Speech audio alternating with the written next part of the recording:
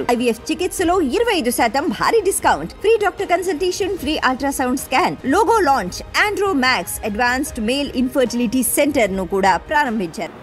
Welcome to PD TV. Andhra Pradesh రాష్ట్ర రాజకీయాల్లో అతి త్వరలో పార్టీ ఫిరాయింపులు భారీగా జరగబోతున్నాయంటే అవుననే సమాధానం వినిపిస్తుంది. వైఎస్ఆర్ కాంగ్రెస్ పార్టీ పెద్ద మొత్తంలో రాజ్యసభ సభ్యులను కోల్పోబోతుందంటే అవుననే సమాధానం అయితే సాక్షి పత్రికలు ఈరోజు వచ్చినటువంటి కథనం ప్రకారం చూస్తే ఈ విషయం స్పష్టంగా అయితే తెలుస్తుంది. సాక్షి పత్రికలు ఈ రోజున వైఎస్ఆర్ కాంగ్రెస్ పార్టీ చెందినటువంటి రాజ్యసభ సభ్యులను ముఖ్యమంత్రి నారా చంద్రబాబు నాయుడు వారి పదవులకు రాజీనామా చేయించి మళ్ళీ ఉప ఎన్నికలు రప్పించి వారిని ఎన్డీఏ కూటమి సభ్యులుగా గెలిపించేందుకు తీవ్రంగా ప్రయత్నాలు చేస్తున్నారు.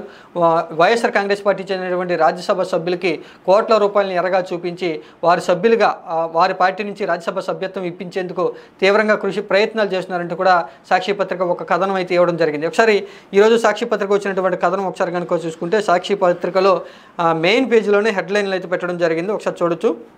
చంద్రబాబు రాజకీయ మాయాజూదం, శకుని రాజకీయాలకు మరోసారి తెరచేసిన చంద్రబాబు, వైఎస్ఆర్సీపీ రాజ్యసభ సభ్యుల కొనుగోలుకు కుట్ర జరుగుతుంది.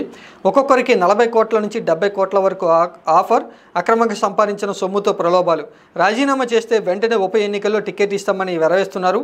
ఎమ్మెల్యేల బలం ఉన్నందున మళ్ళీ గెలిపిస్తామని నమ్మించే ప్రయత్నం, ప్రస్తుత రాజకీయ ప్రలోభాల కుట్రకు మరింత పదును పెడుతున్న చంద్రబాబు అంటూ కూడా రాజ్యసభ సభ్యులు వైఎస్ఆర్ కాంగ్రెస్ పార్టీ చెందినటువంటి రాజ్యసభ సభ్యులను ఎన్డీఏ కూటమి ప్రభుత్వం పార్టీ మారేందుకు కోట్ల రూపాయలను ఎరగా చూపించి వారి పదవులకి రాజీనామా చేయించి మళ్ళీ ఎన్డీఏ కూటమికి 164 ఎమ్మెల్యేల బలం ఉంది కాబట్టి మళ్ళీ ఉప ఎన్నికలు రప్పించి వారి చేతనే మళ్ళీ తిరిగి వారి పదవుల్లోనే గెలిపించుకుని ఎన్డీఏ కూటమి రాజ్యసభ సభ్యులుగా గెలిపించుకోవాలని నారా చంద్రబాబు తీవ్రంగా ప్రయత్నాలు చేస్తున్నారు. దీనికి సంబంధించి ఇప్పటికే కుట్ర రాజకీయాలు తెరదీసినట్టు సాక్షి పత్రిక అయితే ఆరోపణలు అయితే చేస్తుంది. కథనం అయితే ప్రచురించడం జరిగింది. ఇక్కడ సాక్షి పత్రిక వైఎస్ఆర్ కాంగ్రెస్ పార్టీ చెందినటువంటి సొంత పత్రిక అంటూ ఒక పేరు అయితే ఉండడం జరిగింది.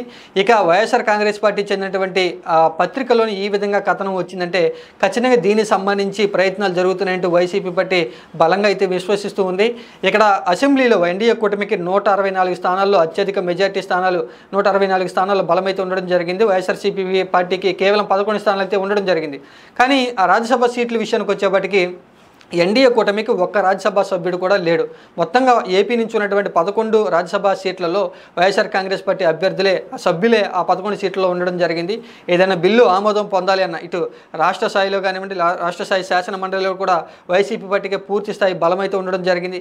ఇక కేంద్ర స్థాయిలో రాజ్యసభలో కూడా వైఎస్ఆర్ కాంగ్రెస్ పార్టీకి పూర్తి స్థాయిలో పట్టున్న నేపథ్యంలో కేంద్ర ప్రభుత్వం కూడా ఏదైనా బిల్లును ఆమోదించుకోవాలంటే ఇటు వైసీపీ పార్టీని సంప్రదింపులు జరిపి వైఎస్ఆర్సీపీ పార్టీ మద్దతుతో రాజ్యసభలో బిల్లు ఆమోదించుకోవాల్సినటువంటి పరిస్థితి అయితే కేంద్రంలో ప్రధాని నరేంద్ర మోడీ కూడా ఉన్నటువంటి నేపథ్యం అయితే వైసీపీ పార్టీకి తగిన ప్రాధాన్యతను అయితే కనిపిస్తుంది. అయితే వైసీపీ పార్టీని మరింత బలహానిపరచాలి, ఇటు అసెంబ్లీలో చావు దెబ్బ కొట్టినటువంటి నారా చంద్రబాబు నాయుడు ఇటు కేంద్ర స్థాయిలో రాజ్యసభలో కూడా చావు దెబ్బ కొట్టాలి అనేటువంటి ఉద్దేశంలో వైఎస్ఆర్ కాంగ్రెస్ పార్టీ చెందినటువంటి రాజ్యసభ సభ్యులను కొనుగోలు ప్రయత్నం చేసినట్టు వైసీపీ పార్టీ ఇప్పటికే గతంలో కూడా ఆరోపణలు అయితే చేయడం జరిగింది. దానికి సంబంధించి ఎక్కడ కూడా పత్రికలో వార్తా కథనం అయితే ఇవ్వలేదు. కానీ ఈరోజు తాజాగా ఒక మెయిన్ పేజీలోనే ఈ విధంగా హెడ్లైన్ పెట్టి 40 కోట్ల నుంచి 70 కోట్ల వరకు కూడా ఆఫర్ చూపించి వైఎస్ఆర్ కాంగ్రెస్ పార్టీ చెందినటువంటి రాజ్యసభ ఎంపీలను కొనుగోలు చేసేందుకు తీవ్రంగా ప్రయత్నాలు చేస్తున్నారు. గతంలో ఒకసారి 23 మంది ఎమ్మెల్యేలను వైఎస్ఆర్ కాంగ్రెస్ పార్టీ నుంచి టీడీపీ పార్టీలోకి కొనుగోలు చేసినటువంటి నారా చంద్రబాబు మరొకసారి అలాంటి రాజకీయ కుట్రకి తెరదీస్తూ ఉన్నారు. ఇక రాజ్యసభలో ఒక్క సీటు కూడా లేనటువంటి టీడీపీ పార్టీ 5 నుంచి 10 స్థానాల వరకు కూడా రాజ్యసభ సభ్యుల బలం ఇందుకు సంబంధించి ప్రయత్నాలు చేస్తూ ఉన్నారు.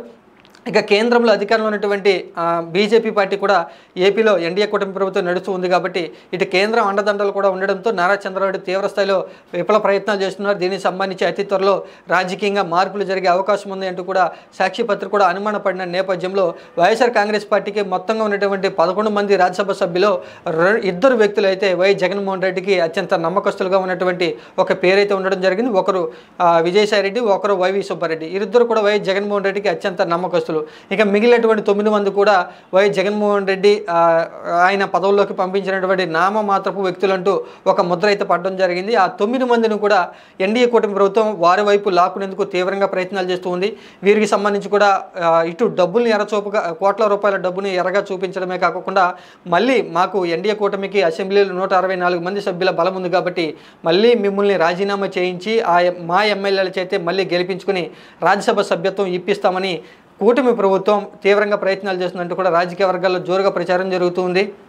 ఇక టీడీపీ పార్టీ నుంచి కూడా మొత్తంగా తీవ్రస్థాయిలో ప్రయత్నాలు జరుగుతూ ఉండి కేంద్రంలో కూడా కేంద్ర ప్రభుత్వం అండదండలు ఉండడంతో నారా చంద్రబాబు అతి త్వరలోనే వైఎస్ఆర్ కాంగ్రెస్ పార్టీ చెందినటువంటి రాజ్యసభ ఎంపీలను బహిరంగంగానే కొనుగోలు చేయబోతున్నారు. అంటే కొనుగోలు చేసి లేకపోతే వారికి పదవులు ఆశ చూపించి లేదా కోట్ల రూపాయల డబ్బులు చూపించి అధికారికంగా వారి చేత రాజీనామా చేయించి మళ్ళీ ఉప ఎన్నికలు రప్పించి వారిని ఎన్డీఏ కూటమి రాజ్యసభ సభ్యులుగా ముద్రయించుకోవాలని నారా చంద్రబాబు తీవ్రంగా ప్రయత్నాలు చేస్తున్నారంటూ ఈ కథనం ప్రకారం అయితే స్పష్టంగా తెలుస్తుంది.